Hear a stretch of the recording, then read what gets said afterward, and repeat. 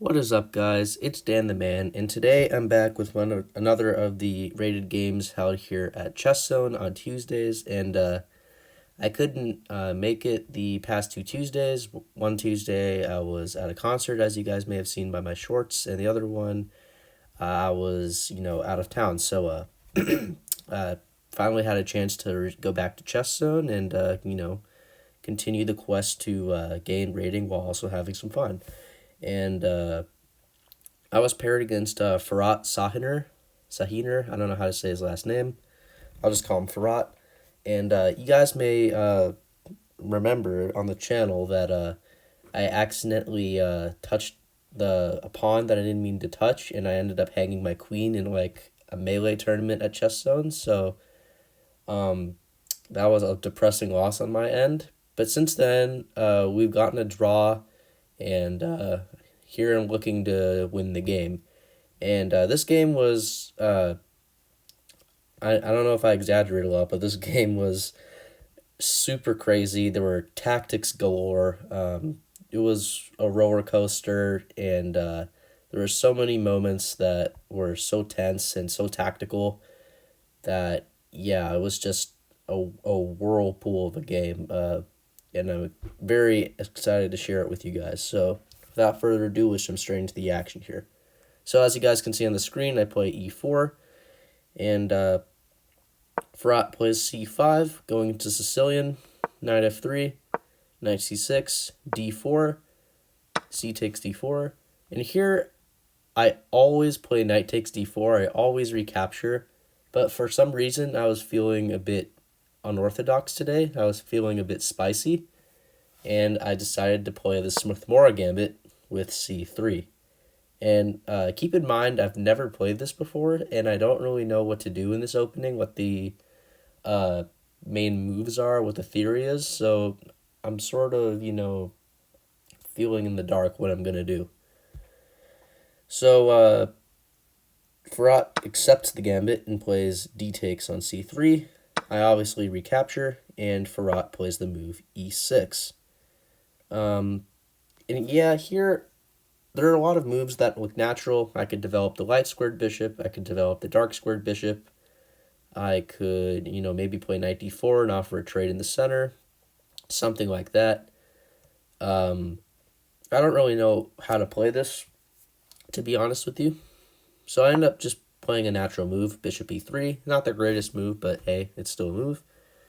And Firat, over the course of this game, seems to be doing everything but focus on the game. I know that sounds kind of funny, but you're going to see that his clock is going to get really low over the next few moves. And I don't know, he just might have been out of it today. He might have been thinking about other things while the game was going on.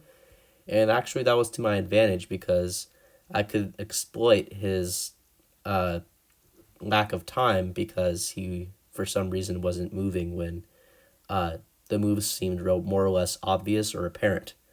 So already after bishop e3, Firat is down 5 minutes after playing the move knight on g to e7, which I get it. You don't want to go to f6 because you're scared about e5. I totally get that.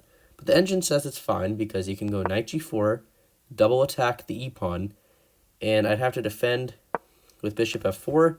But I think what Firat missed was that black can play the move f6, and after a trade, Firat just retreats the knight back to f6, and life is good. He has two pawns in the center, and I have none. So he could have played the natural knight f6, but I get it. He didn't want to allow e5, thus putting the knight on the suboptimal square e7. And since I'm not really well versed in the Smith-Morra gambit, I don't really know if this is main theory or not. It looked a little weird, but how would I know if I'm not an expert at the opening? Anyway, after knight g to e7, I pretty quickly play the move knight b5, threatening a smothered mate on d6. Now, my goal here wasn't to, make a one-move threat that anybody at this level is going to see. But my goal was to, infiltrate on the d6 square because, his dark squares in the center are a little bit weak. And I'd maybe plan on trading off the knight for that dark square bishop on f8. Now, because Firat is sort of out of it and aloof a little bit, and he's doing everything but moving, he spends 12 minutes for whatever is going on in his mind, and eventually plays the move knight g6. And that was the move I was expecting, opening the bishop to defend d6, and, basically relocating the knight. And here I play the move bishop e2, a little bit of a passive move. I didn't want to put the bishop on d3 or c4 because I was not wanting the knight to go to one of the knights to go to e5 and hit the bishop with tempo, so I'd sort of just keep the bishop tucked back on e2. Now here Firat is again having his head in the clouds, and after 11 minutes of waiting, finally plays the move bishop to b4 check. Now at this point, I have 55 minutes and Firat has 30, which is not something you see every day, being up 25 minutes in the first 8 moves. So clearly something was going on in his head. So bishop to b4 check. I naturally block with bishop to d2, although moving the king to f1 is apparently fine as well, but no one will willingly do that. So after bishop to d2, Firat trades and then starts to lock in, realizing that he's down quite a bit of time, and pretty quickly castled his king to safety. Now, the engines here says a move that to me doesn't make much sense. The engine says here d5 is the best move, which I was looking at, and I'm like, hey, doesn't that just drop a pawn? Because after e takes d5, he can't take with the queen because of a fork on c7, winning basically the whole house. So Firat would have to take on d5, but then I could sack my queen. Not really. And he can't take the queen because knight c7, and after the king moves, I would take the queen. The material is even, black can't castle, and even though this is apparently even, I would play white here 9 times out of 10. And but black isn't obligated to take the queen. Engine says just castle here, and black, even though black has given the pawn back, black apparently has a small advantage here. So that's what the engine suggested, but we're human. We don't want to voluntarily give up a pawn. So Firat castled anyway. So after castling, I play castling myself, and I miss a move that I played a bit later, but I should have played it now. I should have played the move knight to d6, and that knight is very annoying. It's cramping up that bishop on c8. It's behind the b7 and d7 pawns, and it's basically makes black's position a little bit immobile. But I instead castle, and Firat plays an interesting move. He brings the knight back to e7, and here I should have played knight d6 again with the same idea of sort of cramping up black's pieces, but I instead play the move rook on f to d1, and after f5 from Firat, I had 53 minutes here, and he only had 18. So clearly I have a massive time advantage, and only now do I play the move knight to d6, because my idea here was to defend the pawn if he were to capture on e4, which is exactly what he does. But I realize here that if I were to capture back normally, I free up black's pieces and allow him to play d5, attacking my knight, and that lets black's bishop get out, and then lets black wriggle out a little bit out of the little clamp I had put on him with that knight on d6. So instead I play the move knight to g5. I'm like, okay, even though I'm down 2 pawns, that e4 pawn's going to be won back eventually. There's no way to defend it, so I'm just going to go back to being only down 1 pawn in the next move. And here Firat cleverly plays the move e3. He's like, I'm going to lose it, so I might as well push it. And yeah, if I can't really take with the f-pawn, because why would I do that? I would be isolating my f-pawn to an isolated e-pawn. So I play queen takes e3. And here Firat plays the move knight to d5, which is a seemingly natural move, attacking the queen. And I bet he was thinking that, I'd probably move my queen to g3 or something, or queen to c1, something to keep the knight on g5 defended.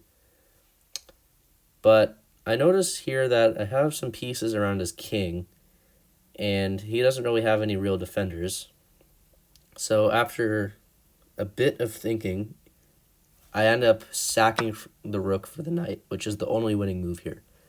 I end up sacrificing the exchange on d5, and after Firat takes back, this is probably the most insane move of the game. Well, not most insane, the most tense move of the game. I was thinking of so many things here. I was thinking so long to the fact that I might have almost evened the time gap between us. I was thinking that long. There are so many things here. The best move, in fact, the only good move here is the natural move bishop to f3. And that's what I should have played. And I was looking at it, and now looking back at it again, I don't know why I didn't play this move. Bishop f3 is a very natural move, attacking the d5 pawn, which is pretty much impossible to defend. I was thinking about knight e7, but if that were to happen, then I would play the move queen d3, and I would be threatening checkmate on h7 and hitting the d5 pawn twice. So black would be totally busted here. The best move for black in this position after bishop f3 is knight d4, but after queen takes d4, queen takes g5, bishop takes d5, king h8, knight f7, and after all these trades, I get my pawn back, and again, that bishop on c8 is terrible. It can't move anywhere, and black's development, at least in terms of his bishop and his rook, are very bad, and that's why white is having a much more pleasant position here. So bishop f3 was the right way to go. I was also thinking about playing the move bishop to d3, just attacking the h7 pawn directly, which is a pretty big weakness for black. And black's only move is g6, but then I didn't really see a path forward, but apparently I can play knight takes h7, sacrificing a second piece, luring the king out, and then playing this move queen h3 check.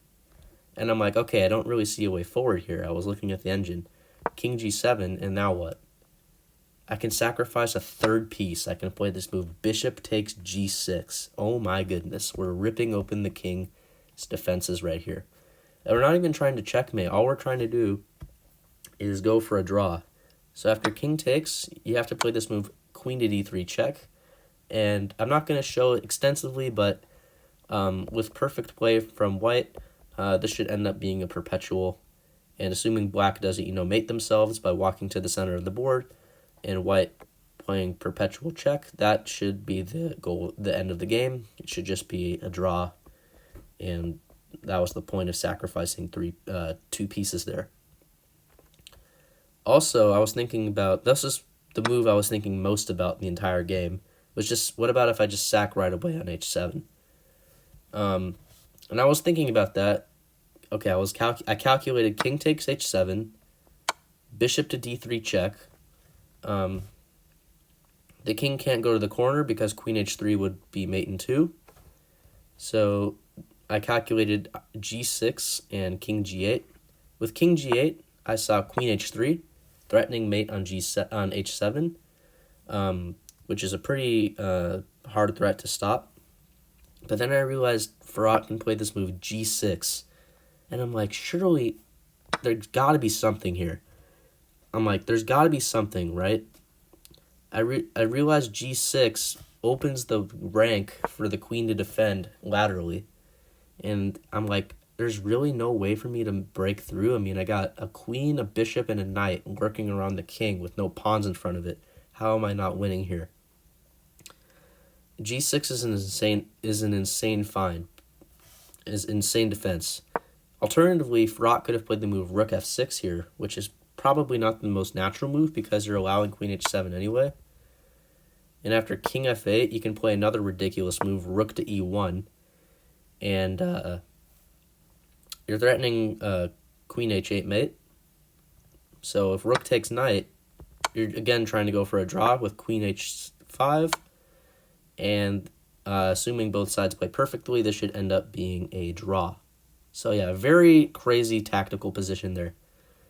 I end up after all this mess, I plan up playing the move queen to d2, which is the second best move. I attack the pawn with the queen rather than with the bishop, which I wish I would have played.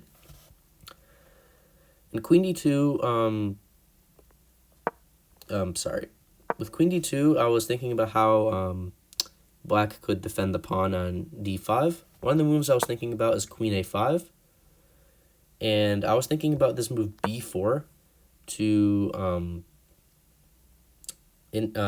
attack the queen and, force it away from defending d5.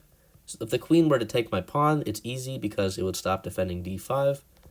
So I'm like, okay, what about knight takes b4? As you can see, I'm doing a lot of tactical calculations in this game. For some reason, I thought the move bishop b5 was a good move because I'm interfering with the queen defending the pawn, but I forgot that the knight is also defending it, so this move basically aims at nothing but air. Firat here plays this move knight to d4, which is a move I had overlooked because, it seems as if he just hung a knight. But not only is he blocking me from taking the d5 pawn, he's also deflecting me from defending the knight on g5. So, instead of queen takes d4, I was thinking about playing knight takes h7 because I'm going to lose that knight anyway, so I might as well grab a pawn for it. But the engine says black should take the bishop here. And after king takes, go for a draw again with queen h5, taking the pawn, and, going queen h5, queen d5 over and over and over again. And this will be, again, a perpetual. So I don't take the knight right away because I was thinking about knight takes h7, but I end up playing queen takes knight. And after queen takes g5, I play the move h4 here, and I thought Firat had messed up because I'm like, okay, I'm attacking his queen, and his queen can't move anywhere that keeps contact with the d5 pawn. I feel like, I would take on d5 and maybe play knight f7 check once the king goes to the corner, and I should be winning. But then I realized that Firat can play rook f4, which is one of the moves I was looking at. And he didn't play it in the game, but it was definitely a move I was considering he could play.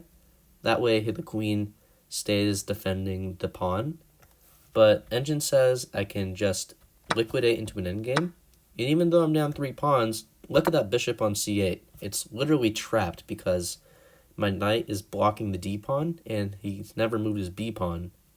So that bishop is just a terrible piece. It can't move at all, and it can't be defended either. So in the long run, I don't even have to take it next move because the bishop's not going anywhere. It's a sitting duck. But, I would have 2 minor pieces for the rook, and it should be, in the long run, a winning endgame for me.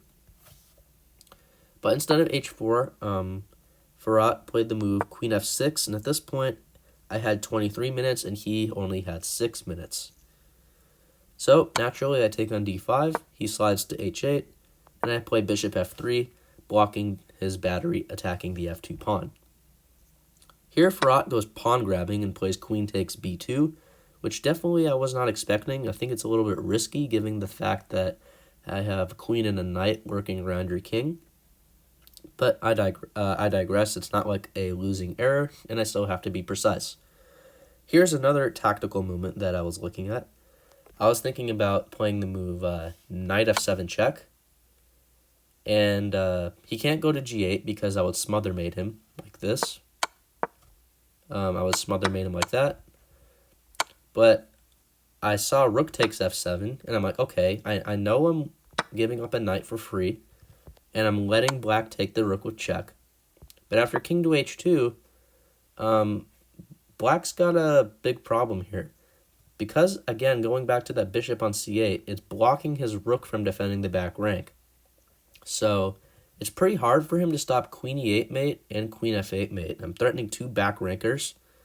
And if you were to play a move like h6 to give his king some breathing room, it actually doesn't work because queen e8 check, king h7, and bishop e4, g6, queen takes g6, and queen h7 is a mate.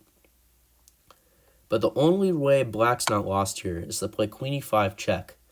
And after I block, I saw this all in my calculations. That's why I didn't play knight f7 check. I realized black can play the move queen e6 here, only move, and if I check on f8, he can block on g8. So black would actually be, holding here, despite the fact that his bishop is on c8 and the rook is not doing anything. So with that being said, I play rook e1. He slides his queen to f6 with 3 minutes left, the only move. I play rook e5, trying to go rook f5 maybe. And here the only move, it's very hard to see, especially given the fact that he only has 3 minutes.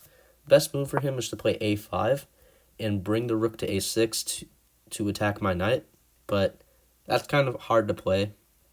He was more worried about rook f5 things, so he plays the move g6, and I pause for a little bit, even though he's virtually on the end of flagging. I end up playing the move h5 though after some thought, because I wanted to remove the pawn from defending f5. He plays b6, which is a bit of a surprising move, and I don't get distracted by the free rook on a8, because after queen takes rook and knight takes c8 and queen c3 and bishop b7, this is a very awkward situation for my pieces. The queen's sitting on a8, the knight is on c8, the bishop's on b7, and I'm tied down to this one corner of the board, and I'm just totally cooked here. So I don't get distracted by the free candy, as one might say. I play the move h6, and I'm restricting the king from going to g7 and making a back ranker threat more possible, since I'm controlling the g7 square. Firat here is grinding on like 1 minute on time, and I have like 18 minutes, so I don't need to rush. I can think this through. So he played bishop a6 very quickly. I played knight e4, not the best move, but still winning for me. Queen c6, he's trying to trade queens here, and he almost flagged when he played that move. I saw the clock going below 5 seconds, and he hit it in the nick of time. I don't want to trade queens here because, I'm down 3 points in material, so I end up playing the move queen d4, lining up on the king diagonally and threatening discovered attacks. So here he played queen c1 check, and I block with the bishop on d1. I initially rejected king h2 because queen takes h6, and I don't have anything. But then I saw rook h5 check, but then I'm like, I stopped here, because even though I hit the queen in his check, I saw black can go queen g7, and I thought, that tactic doesn't work. But what I didn't see when looking at king h2 is that I can play this move rook takes h7 check, brilliant move, king takes h7, knight g5 check. If you go to h6, it's queen h4 mate in 1. So the best continuation is queen h4 check, king g8, bishop to d5 check. My pieces are swarming his king despite being down 8 points of material. Rook f7, bishop takes f7, king f8, and queen to b4 check. These are a lot of lonely moves for me, and I end up winning the game by checkmate. So that could have been a fun little tactic there, but I instead play the move bishop to d1. And here Firat very loudly slams the clock because he realizes he's going to flag. Queen c4, I go queen a1, and here Firat flags. He runs out of time, and he hit the clock just as it hit 0.000. He hit it so hard, I'm surprised he didn't break any bones in his hand. He Bruce Lee'd that clock. He went full karate mode on it, and it was a very loud slam, but he flagged, and he ended up flagging, which is very painful for him. But in the same time, it didn't really matter because he was still dead lost anyway, but I could feel his pain. So if we look at the game accuracy, it was pretty crazy, 77.6 to 71.6. As you can tell, a lot of tactics were looming around, and not an easy game at all. But hey, we still ended up winning. And combined with the fact that I beat Brad in the last rated game I played, I'm surpassing 1900. I'll link the rating results in the description, but I'm officially 1917, my highest ever, and the first time I crossed 1900. So very happy with the outcome. And yeah, if you guys like content like this, please don't forget to smash that subscribe button, leave a comment, let me know what you thought of the game, and yeah, have a great rest of your day or night. Bye.